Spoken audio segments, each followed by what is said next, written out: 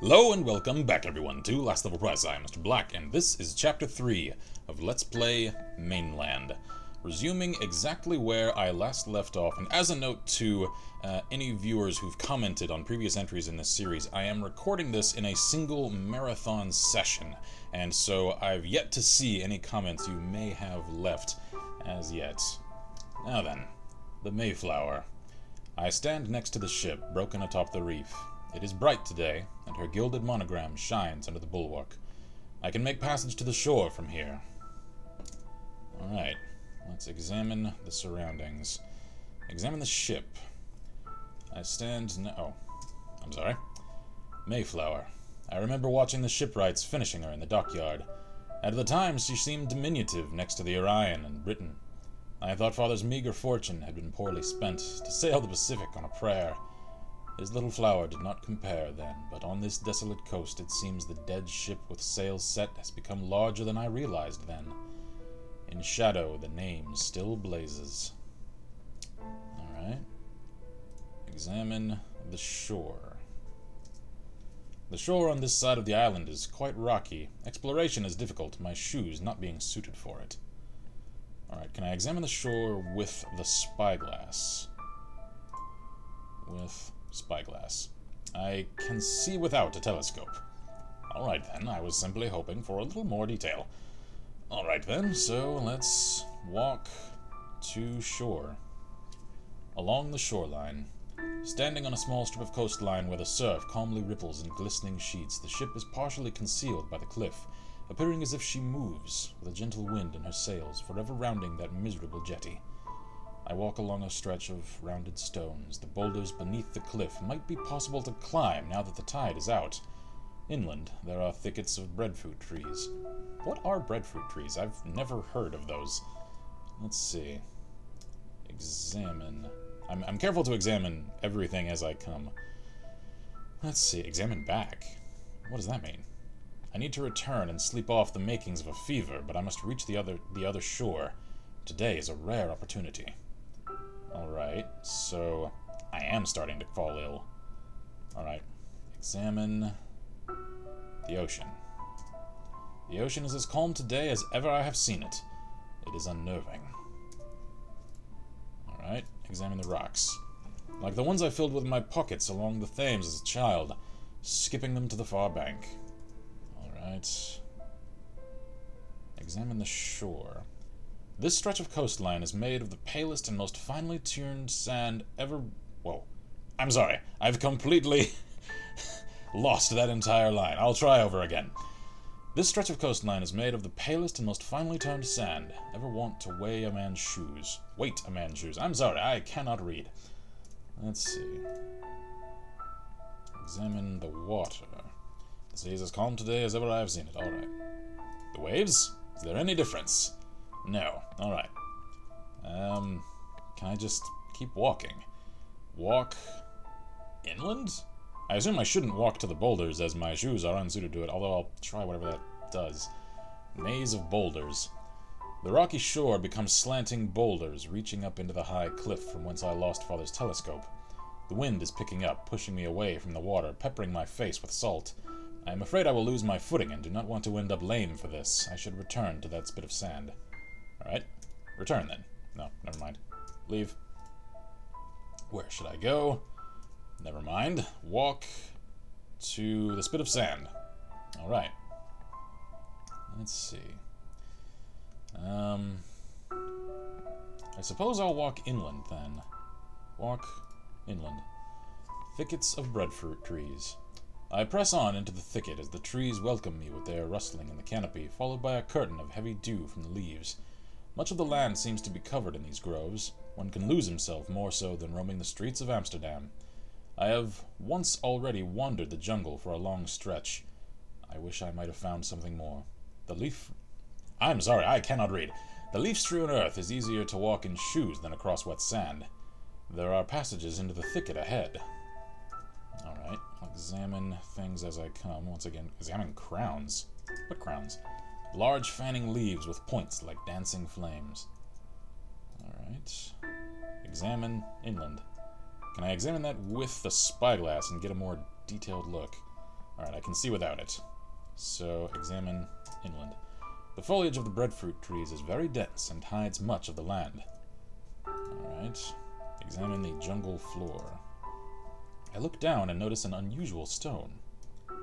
Okay. Take the stone. I take it. Examine the stone. I'm curious now. An odd stone, larger than the rest here, the size of my palm and perfectly smooth. A river rock, perhaps? The surface is so clean it is difficult to believe this was created by chance. I am so far from the coast, or I might imagine someone dropped it. Natives, I wonder. Alright then, I am not alone.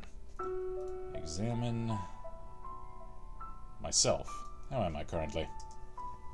I am wearing pants, jacket, and shoes. I have handkerchief, matches, spyglass, and stone. Alright, is there anything else to check? Examine the trees. Tall trees with a broad leaf and fruit that tastes of potato. Sounds tasty to me. Examine the wind.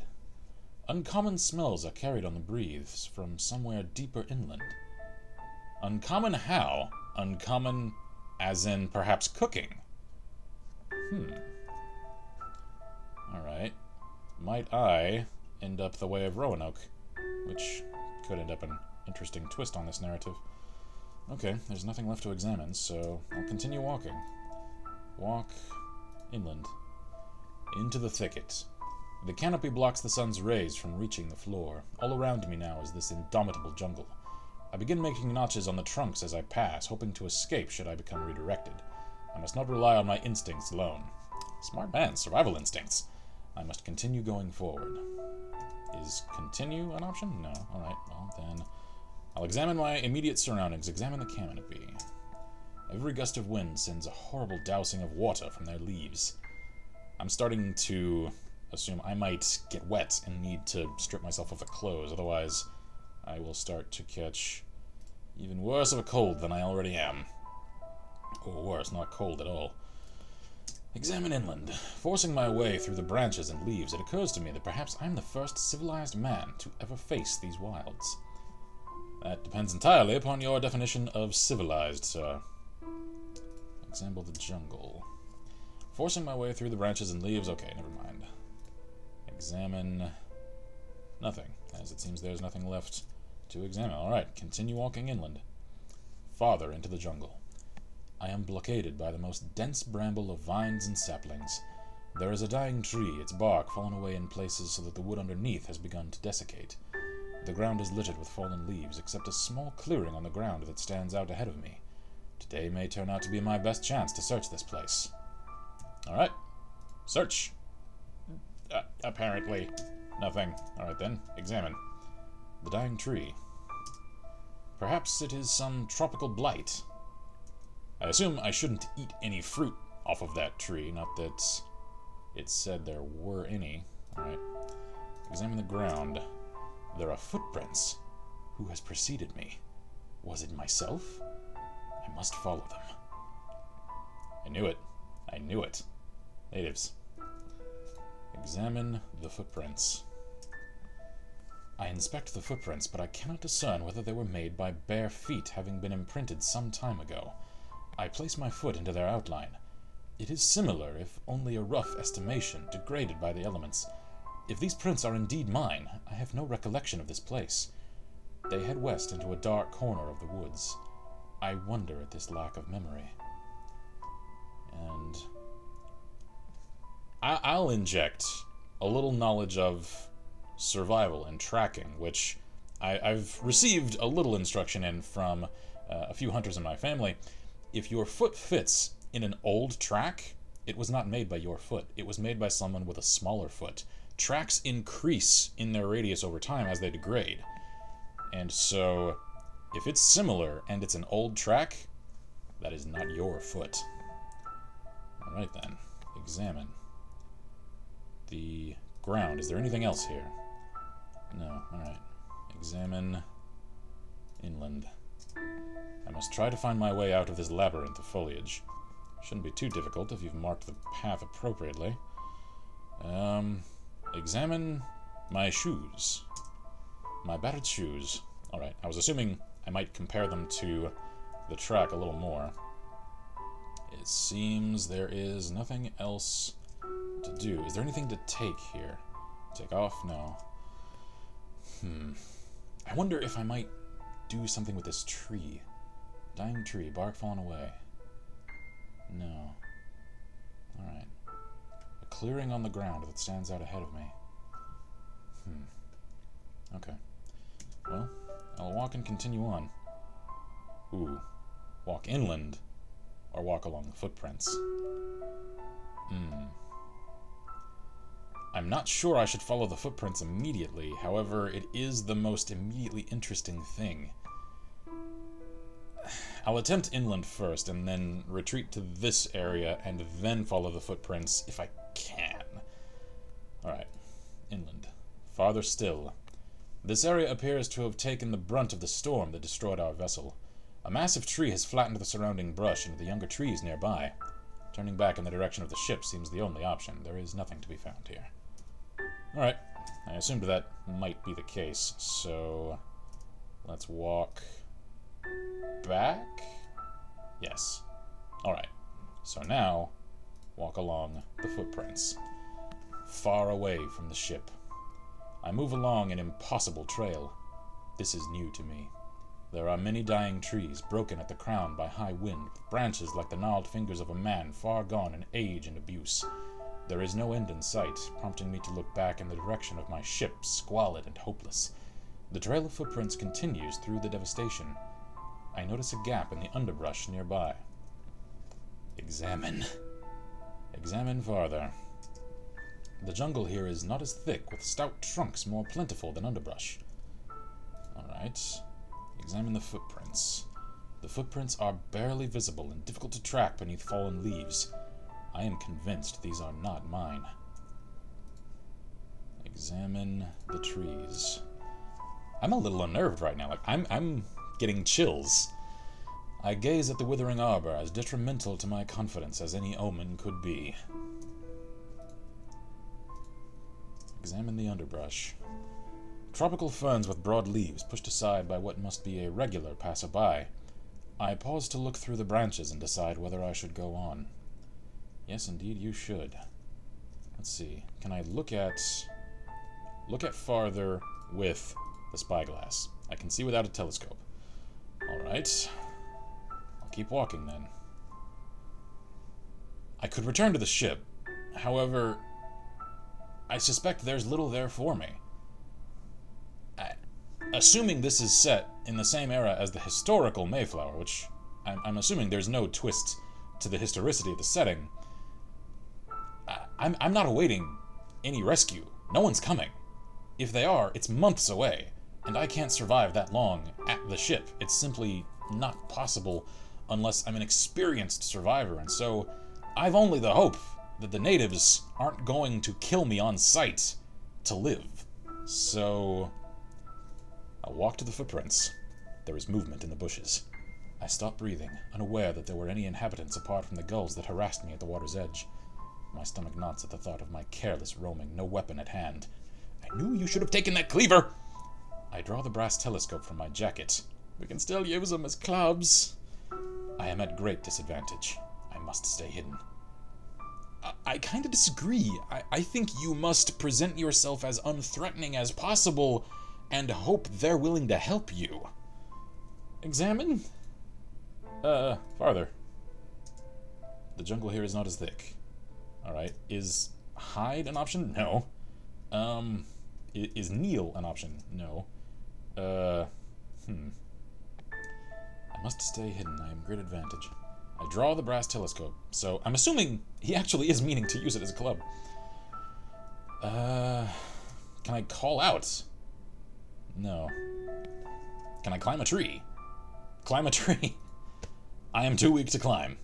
Alright, I thought climbing up verticality, humans rarely look up, so okay.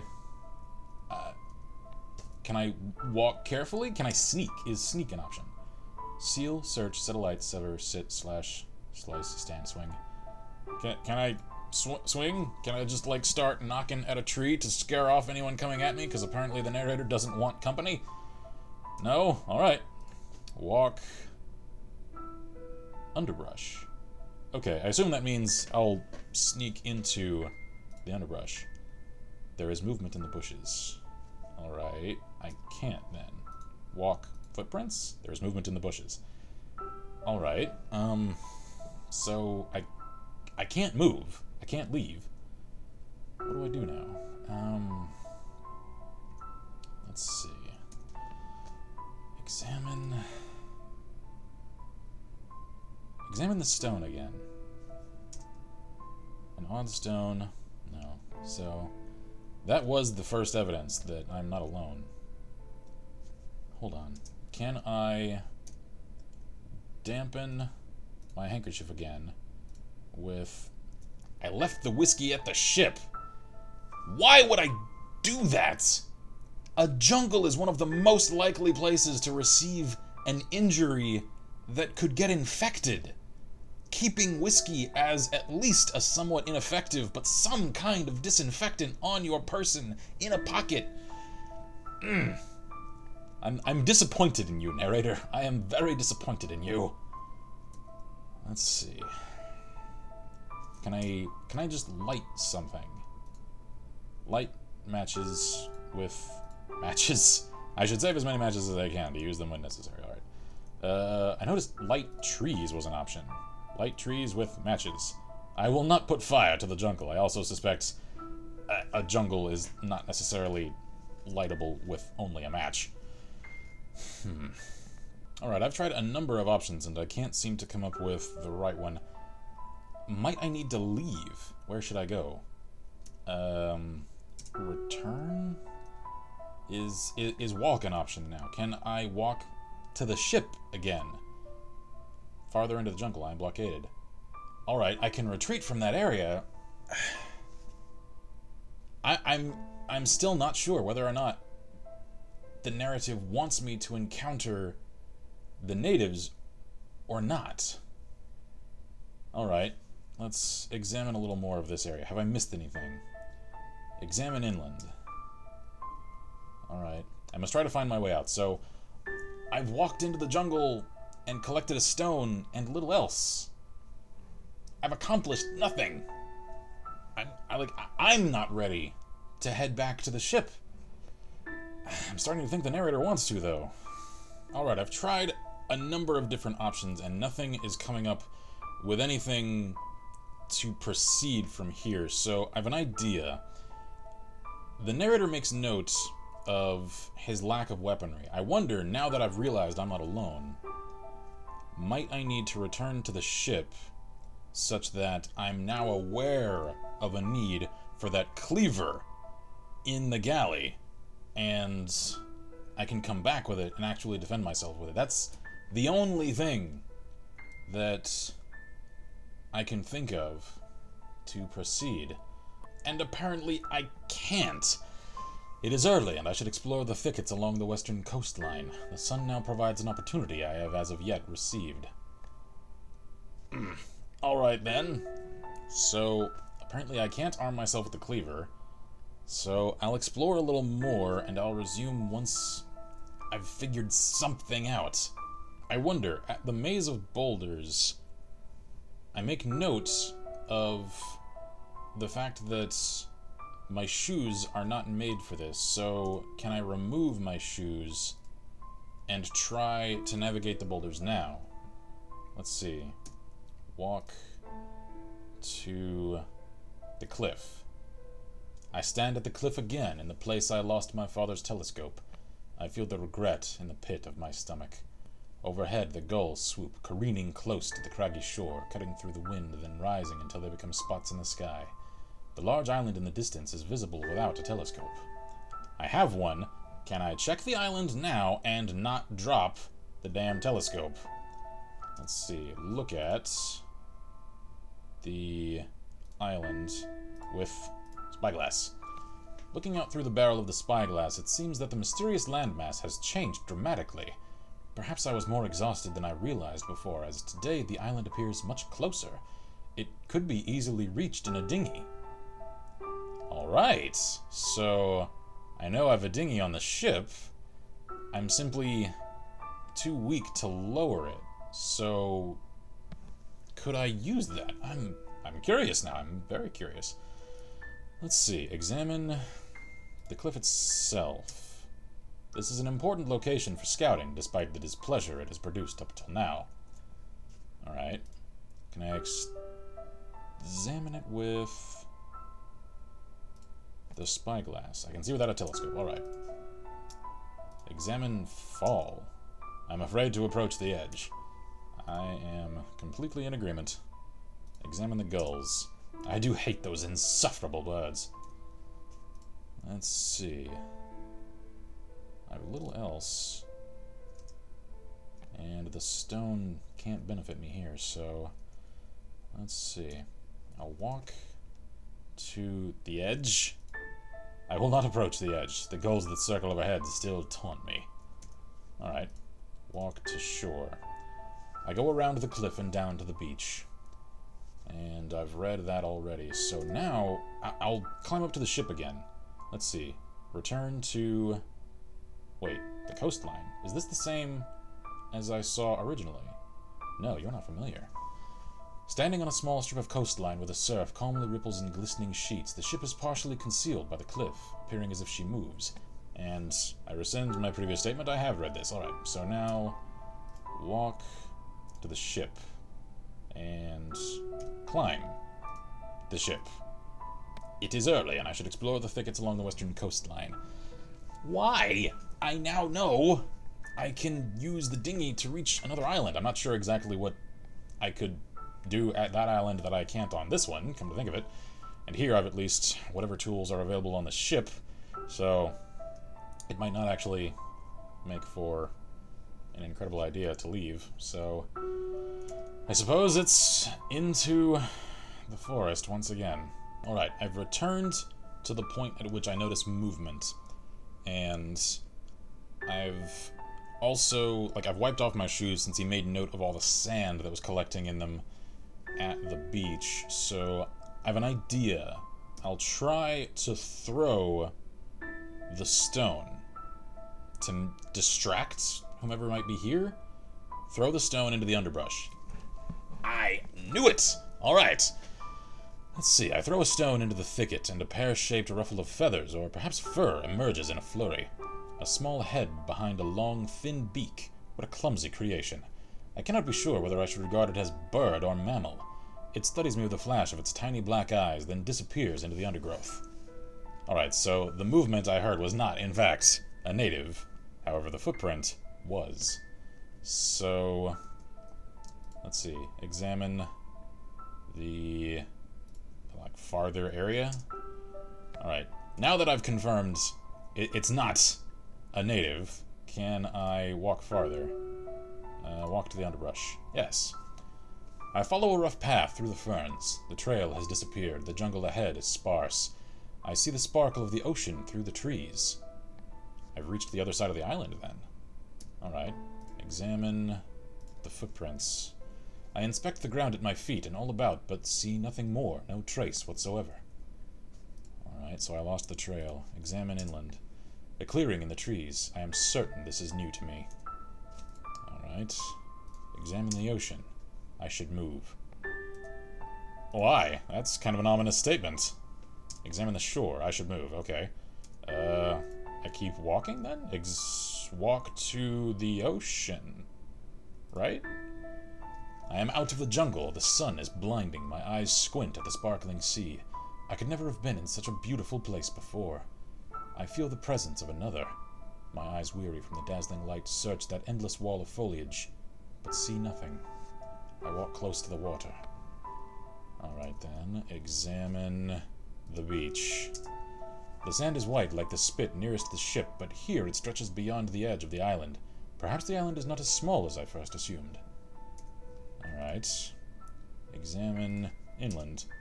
I dread my return, sure to be slow and wandering. How about the shore? The sand is white. Alright then. The sun. I put my hand to my brow, the light still burning my eyes. It seems unnaturally strong. It's tropical sunlight for you. Okay, examine inland with the spyglass. I can see without the telescope. Alright, I was wondering whether or not I might make out like a figure with the use of the telescope, so I guess I'll keep walking? Walk the beach. On another beach. I stand on the beach. My shoes sink into the pale sand, deep enough that every now and then I must empty them. The sun has retired behind a cloud, and an easy, pleasant breeze passes across my face.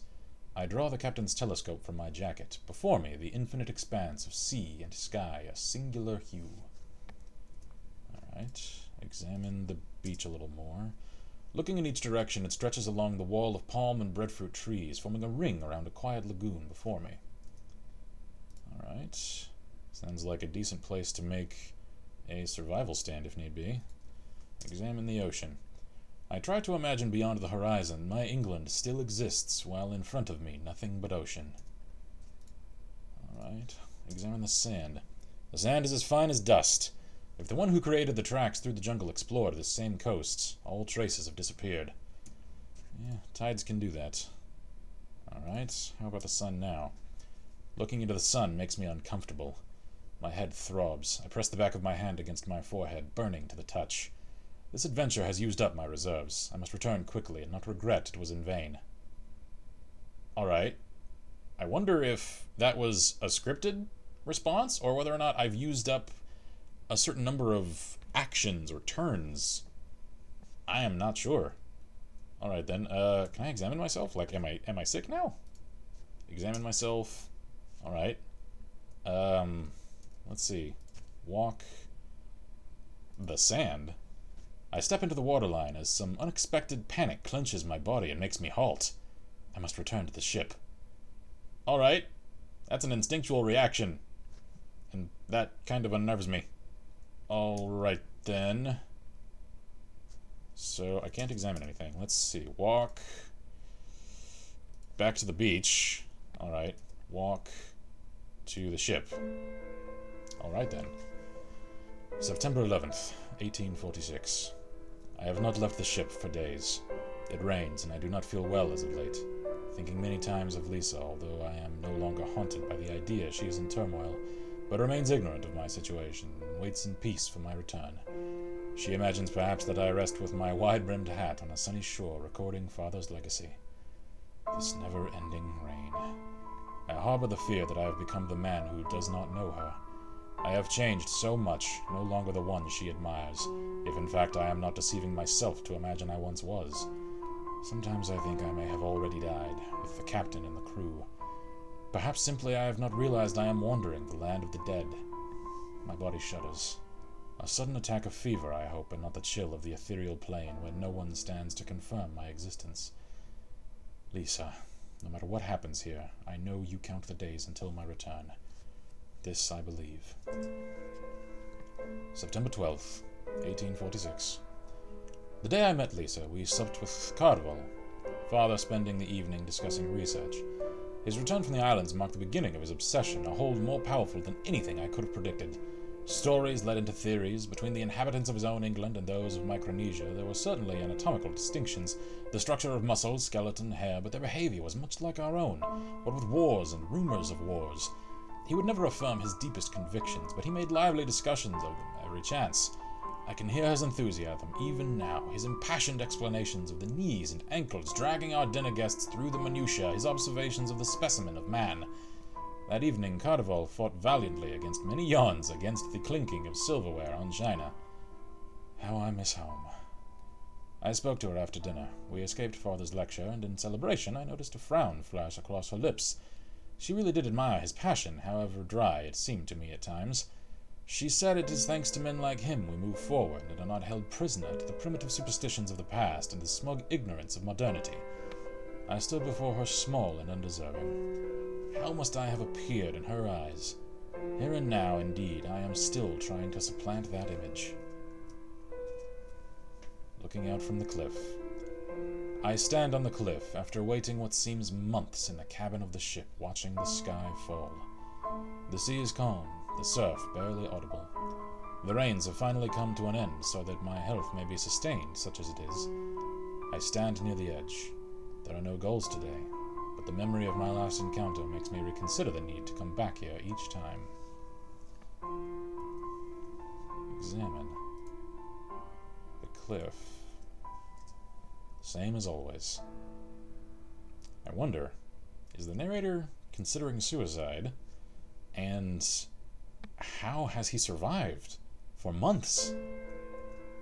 Apparently I've underestimated his survival capability. Examine the drop-off. Cautious in my approach, knowing the madness of seagulls can manifest itself suddenly. Alright. Examine the island.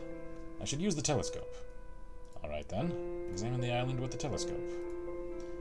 That island is without a doubt the largest in the archipelago. Certainly there are settlements, perhaps a plantation. I must reach it. I cannot help but think if the storm had broken us on that far shore, how many lives would be saved? The men still standing despite all our wretched hardships. However, my searching eyes produces no proof. What I would give to see the blaze of a bonfire and dark silhouettes against the white sand. By God's grace, the sails of a ship rounding the cape. Alas, a shock to my weary mind. There is no boat. Alright. Examine myself. How am I now? Months later. I'm wearing pants, jacket, and shoes. I have handkerchief, matches, and spyglass. Alright then. Let's see. Examine... No, there's nothing else. Alright. So now, where can I walk to? The drop-off? Don't you get any ideas? Cautious in my approach, knowing the madness of seagulls. Alright, never mind then. Walk to shore. I must continue to survey while it is light out. Alright. Where am I now? Have I actually gone down to shore, or am I still on the cliffside? Examine the boats. I must use a telescope. Alright, so I can't see it from here without it. I assume I'm still on the cliff then. And sudden music shift. The craft is long and strange, unlike any I've ever seen. Naked men sit hunched at the oars. I'm not examining the Mayflower. The fear of making contact with natives grips at my chest. What if they are a savage race, hunters seeking human prey? The prevalence of cannibalism among islanders is too much for me to consider now. I resolve that I must remain out of sight until I can discern their motives. Remaining atop the cliff, visible to all, will be to my disadvantage. Gulls suddenly appear, squawking overhead. What? Oh! Oh! I misread. Music? Alright, music, you've caught up. I misread the text previously. Alas, a shock to my weary mind. There is a boat. I'm sorry, I misread that. Alright, I was injecting my own expectations. There is not a boat. Okay then. Alright. Suddenly the music is much more ominous. Examine the island with the spyglass. I must hurry down the cliff. Alright, so walk to the shore. Fallen.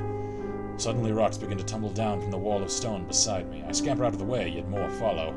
In fear for my life, I leap to the lower section of the path leading up to the cliff. Escaping the rock slide, yet a poor landing sends my frame crashing over itself.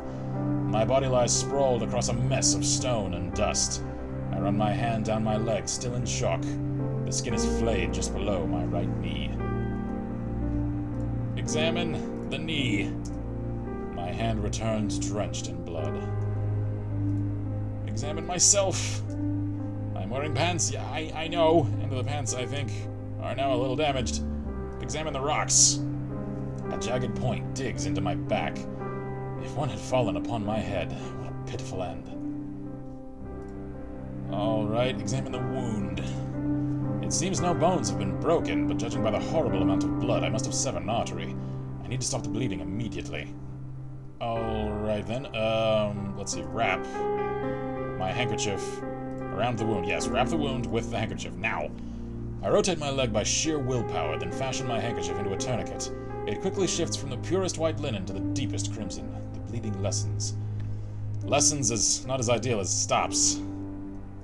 Okay, examine the wound. How is it now? My handkerchief has slowed the bleeding.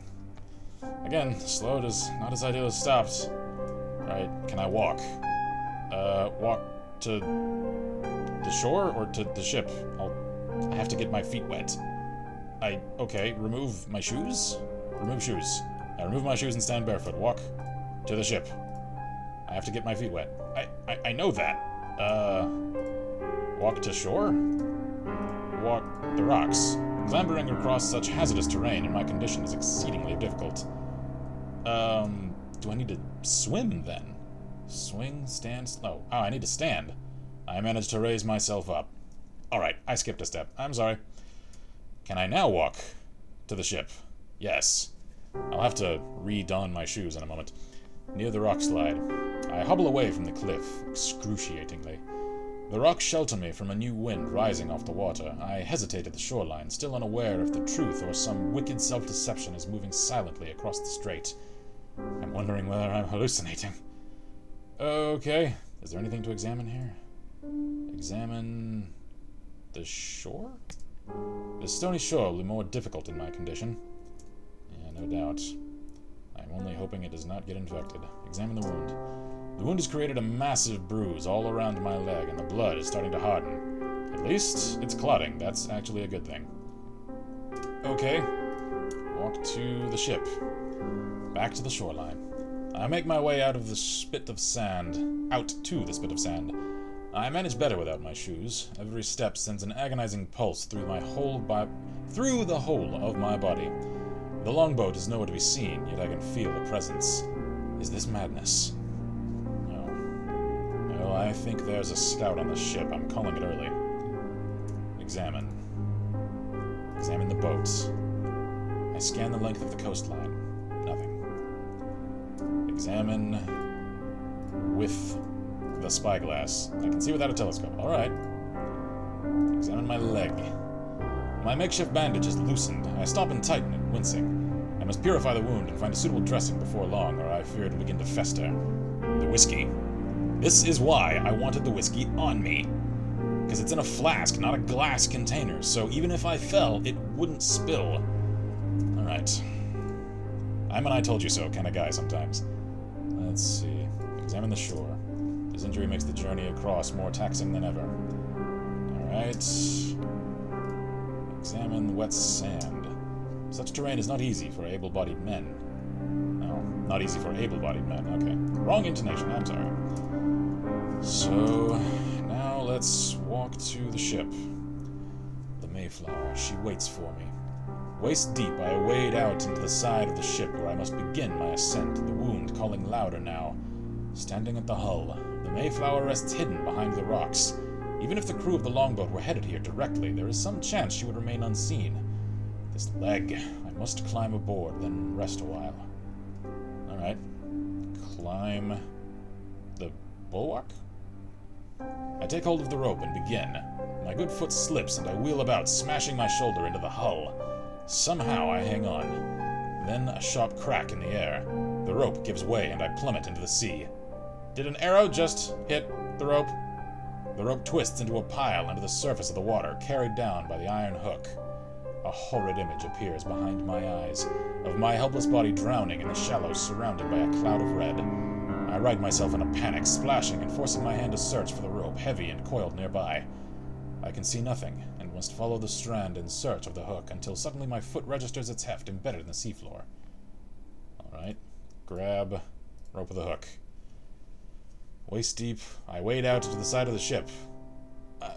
I alright? I'm assuming that means that I shouldn't climb the bulwark, because it just resets. Okay, let's see. Climb the ship.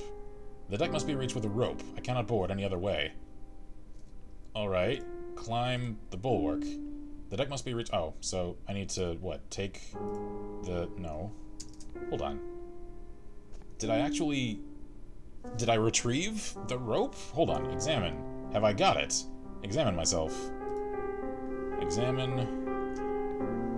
I have shoes, matches, spyglass, and rope with a hook. Okay, so I have it. Let's throw the rope with a hook on the bulwark. I try to set the hook behind the gunwale, but several attempts yield only a clang, followed by its frightening descent in my direction. Finally, I manage to secure it. Okay, so I can climb now. Right? Alright. September 13th, 1846. I wonder about the genesis of that fear which gripped me in the night. Perhaps only fever. A clouded mind that conjures vessels and natives, and tomorrow a black galleon with father at the bridge, telescope in hand. Whatever I imagined, there have been such encounters with natives. Stories of cannibals are told, primitives with such ferocity having never laid eyes on white skin.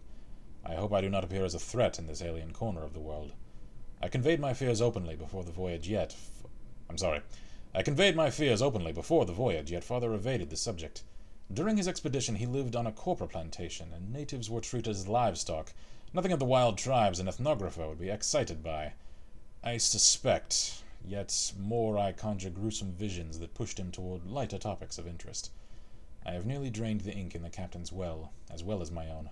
I should try to find more soon. And where might I find more ink? Alright, next. The captain's cabin.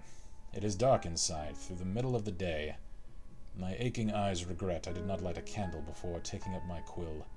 I stand leaning against the desk. The captain's letter opener lays on the corner of the desk with a lovely handle having inlaid pearls and gold filigree on either side. My wound aches when I stand. I look around for some way to clean it. By the door stands the wardrobe like a closet in this tiny London home. I have left the bed unkempt. The sun is well past its zenith.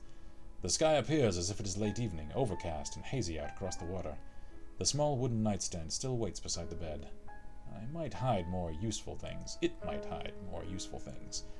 There is a smaller candle on the nightstand, but no matches. There must be more close at hand. Alright. Let's see. I think I'll leave this episode here, as it seems a fair place to leave off, as I think I'm now entering into the latter arc of the narrative, so I'll resume in the next and attempt to treat the wound, as I think, if I recall correctly from the dates, it's only one day later, I think. Either that or only a couple. So I'll resume in the next episode. Again, I'm very much enjoying this. I know I keep repeating myself, but it is impeccably real. Like, this is novel quality narrative and writing and narration. It's incredibly well done, and this is what I miss sometimes from these old adventure titles. The sheer thought and attention to detail in the diction and the pacing and the tone and atmosphere. It's something one can lose in certain other titles. Their graphical fidelity notwithstanding, the fact that this essentially leads one to conjure up the imagery into one's own mind. It can actually lend itself to a certain element of immersion that even some of the most highly graphically fidelity kinds of games can't necessarily invoke in one's experience with any given title. And so I commend this for actually conjuring that up out of sheer text in the same way a novel might. So I'll resume Mainland in the next episode, which, again, I'm recording all of these in a single marathon session, so it will show up very, very soon. I am Mr. Black here at Last Level Press, and as always, I wish you all good gaming and Godspeed.